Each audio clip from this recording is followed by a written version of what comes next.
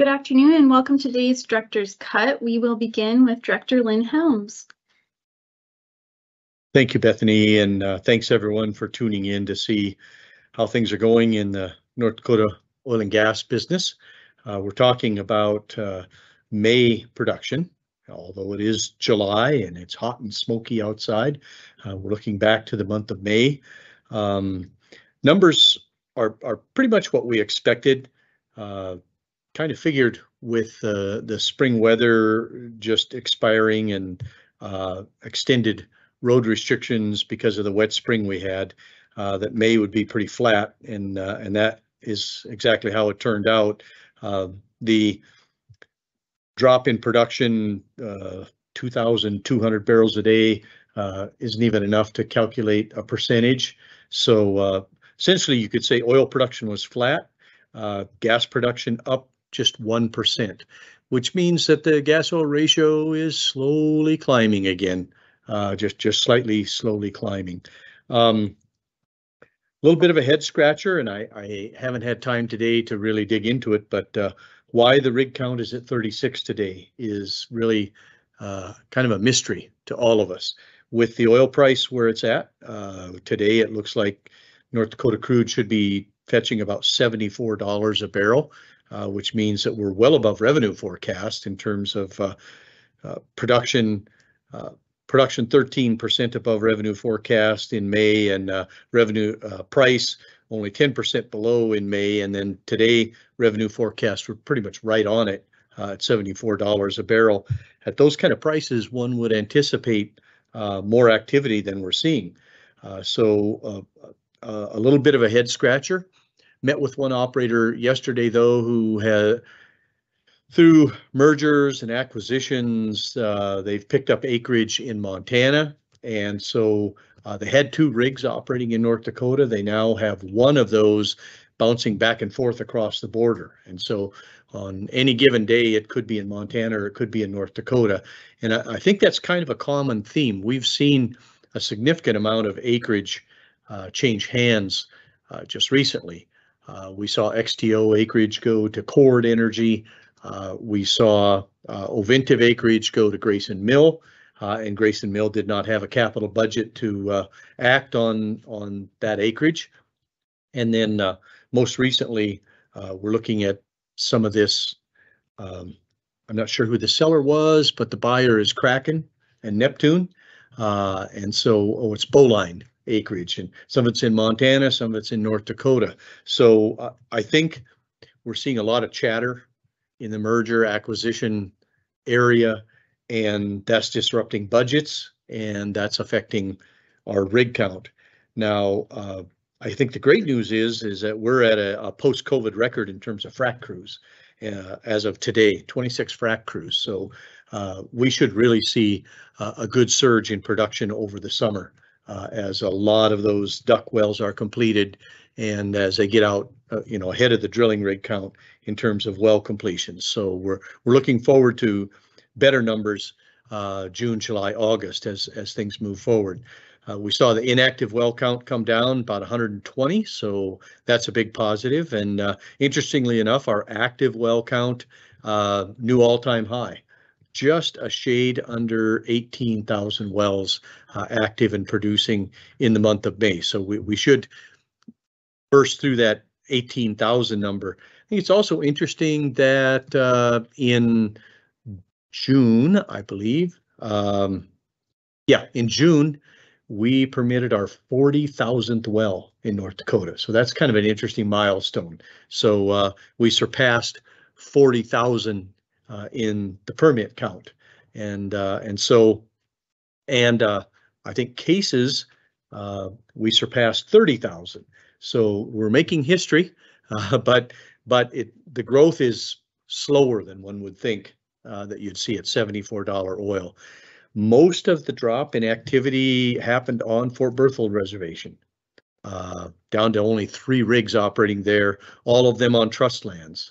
So that's a little interesting, especially since the gas plant at Robinson Lake, which processes the fee lands acreage, has actually expanded their takeaway capacity and are transferring gas all the way over to the Sanderson plant, operated by Outrigger over on the North Dakota-Montana border.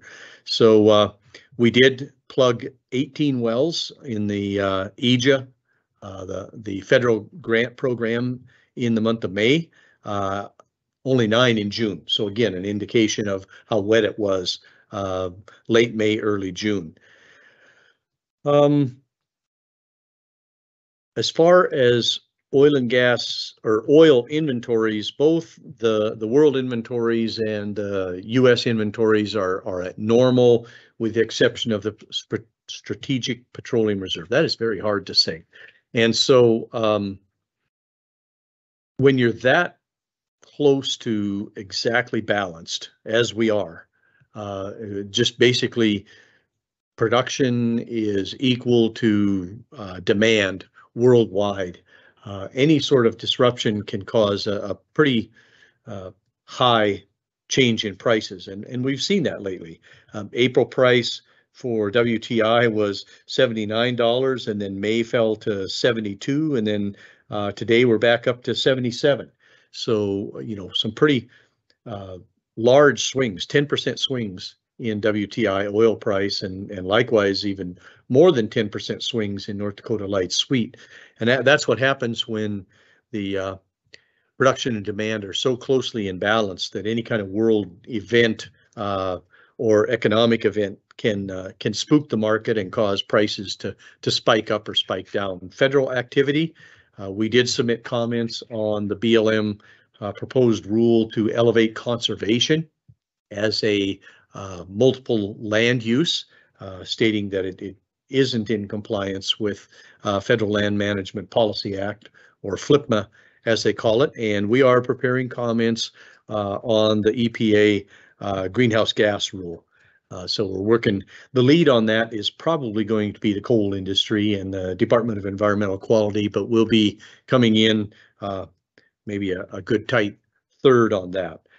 Interestingly enough, New Mexico production, which is the state that surpassed us as the #2 producer, the increases there continue, but at a much slower pace. That ExxonMobil purchased Denbury Resources.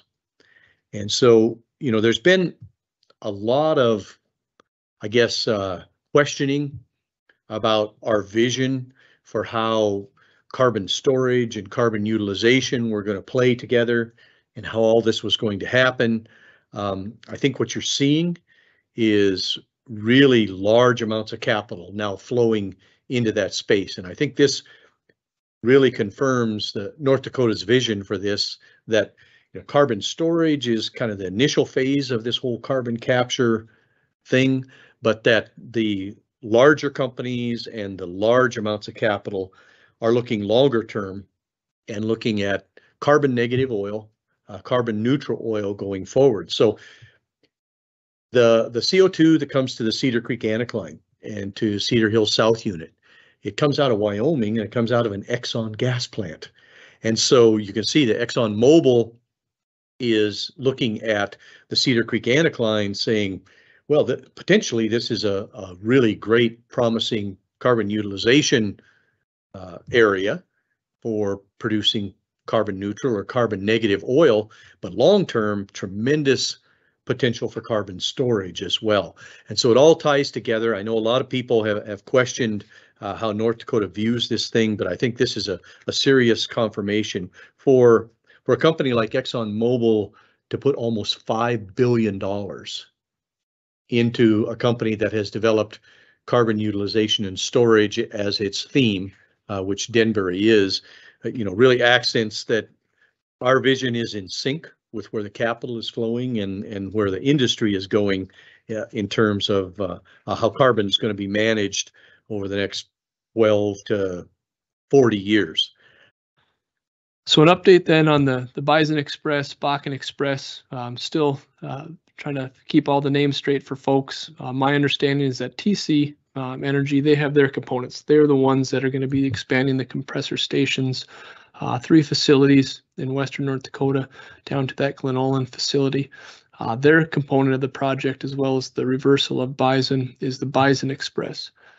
Kinder Morgan, through their systems on the southern end of this project, they're the ones that are going to be then managing the space and the capacity and the shipping of the gas through that system, and they are referring to it as the Bakken Express project. So both names are still consistent and adequate or appropriate, but again, just to keep things straight for folks of how folks are looking at that. And the capacity, they did have a successful open season process that did close in June.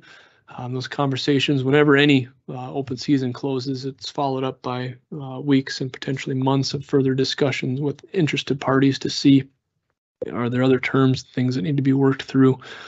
But they are going to continue to move forward with it. Depending upon what they're able to secure, it's up to 430,000 decatherms per day of capacity. If the commitments aren't there, we may see a number that ends up being less than that 430 for that capacity leaving the region. Still anticipating that 2026 in-service timeframe when that goes forward.